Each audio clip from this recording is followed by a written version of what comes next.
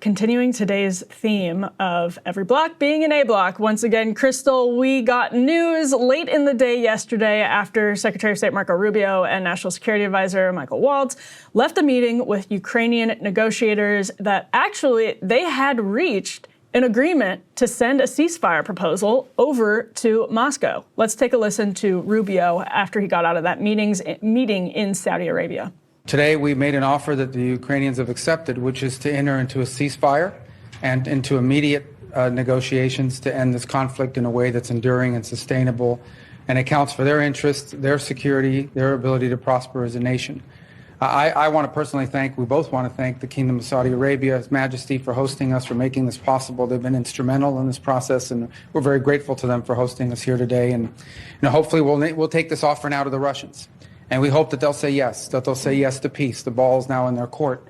And but again, the president's objective here is, number one, above everything else, he wants the war to end.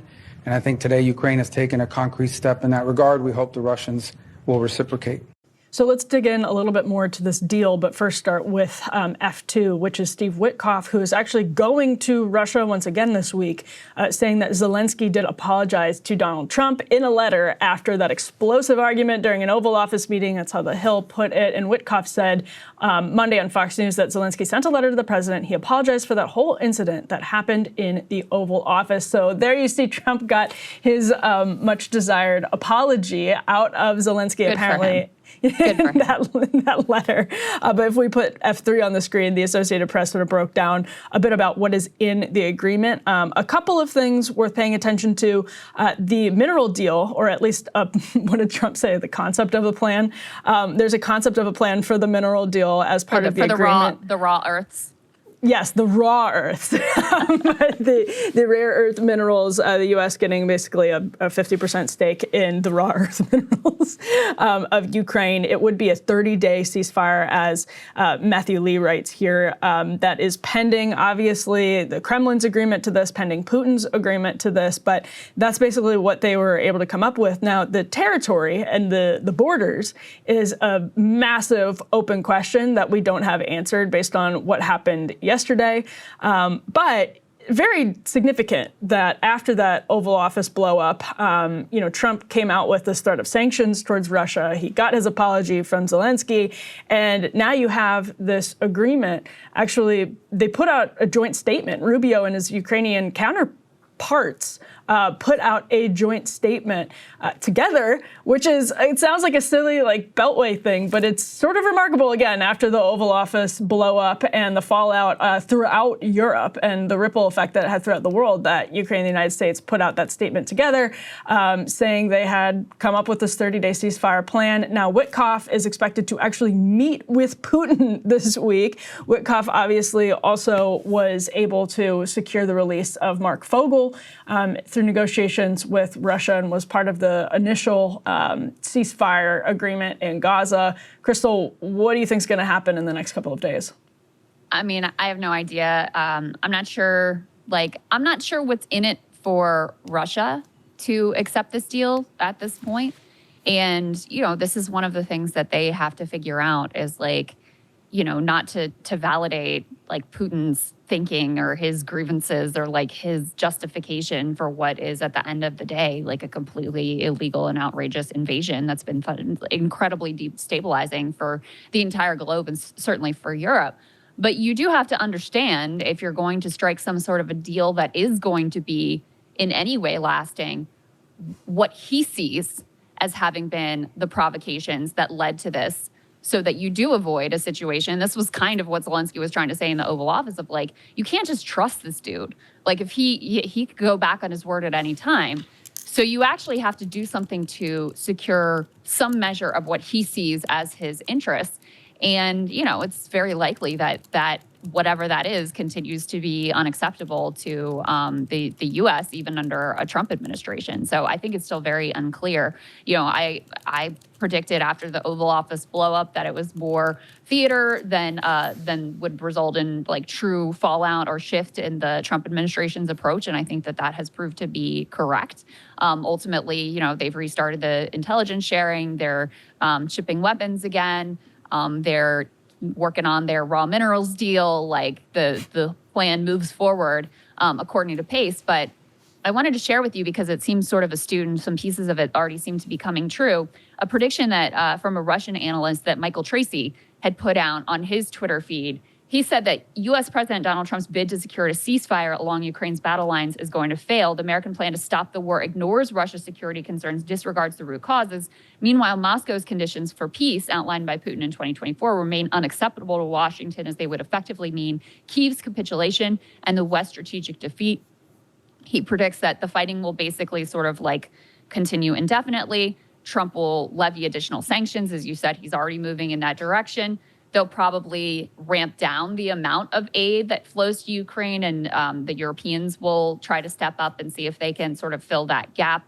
On the battlefield, he predicts the tide will continue to shift in Russia's favor. Russian forces are expected to push Ukraine out of key regions. Ukraine will mobilize younger and experienced recruits to try to slow Russia's advances. There will be border incursions or symbolic strikes deep into Russian territory in an attempt to demoralize the Russian population. But ultimately, the battlefield dynamics will shift towards Russia. And then they say domestically, the U.S. and its allies may push for elections in Ukraine, hoping to replace Zelensky, whose term expired already. That political reshuffling might temporarily strengthen Kyiv's leadership, will not address the underlying challenges of economic collapse and deteriorating living conditions for ordinary Ukrainians. And so, listen, who knows what's going to happen? But I thought that was a fairly prescient analysis of how things may well play out, where there's this attempt to strike a deal. There are conditions on Putin's side that continue to be, unacceptable even to the Trump administration, where, Putin doesn't have a lot of incentive to do a deal right now, because he can read the writing on the wall that a war of attrition increasingly, benefits him. And, the Russian position will continue to strengthen vis-a-vis the war. And so things just kind of continue to grind on indefinitely. I think continues to be a very plausible possibility of where this thing ultimately heads. And they've obviously been trading missiles and drones over the course of the last couple of days, and significantly so, Ukraine into Russia. But the other thing to remember, obviously, is Kursk is going to be a huge piece of leverage from Ukraine as they talk about what territory belongs to whom in the ceasefire negotiation. These things are so unpredictable from the Trump administration. Obviously, we know that. I don't even need to say it aloud, basically. But you just really never know what Trump and Steve Witkoff end up walking out of a negotiation with, because they're not, they don't see themselves as being restricted by sort of the usual orthodoxies and conventions of these types of conversations, and certainly not with Russia. They're willing to talk to Russia in ways that most conventional politicians, whether they're Republican or Democrat, are not interested in doing. So, man, this will be an interesting one to watch over the next couple of days as Witkoff heads to Moscow. Krystal. Yes, indeed. All right. Well, it was a pleasure to have you here, and we got Krystal and a little bit of Ryan, so it was really the best of both worlds. And we were basically joined in spirit by Sagar, because we played like 3 clips of him. So it was sort of like the whole gang was here. By Sargar and Nettie, I think is what she said. Yes. Well, it was great to see the White House put him in the new media seat. Obviously, Sagar is an experienced, seasoned White House reporter, so to have him back in that routine was fantastic. And he brought some honor to the new media chair, which has been not the most honorable seat since its advent. So I was glad to see, him asking some real questions there, and getting 3 questions too at the very top is incredible. It's incredibly influential, those positions, and being able to get the administration on the record on those things.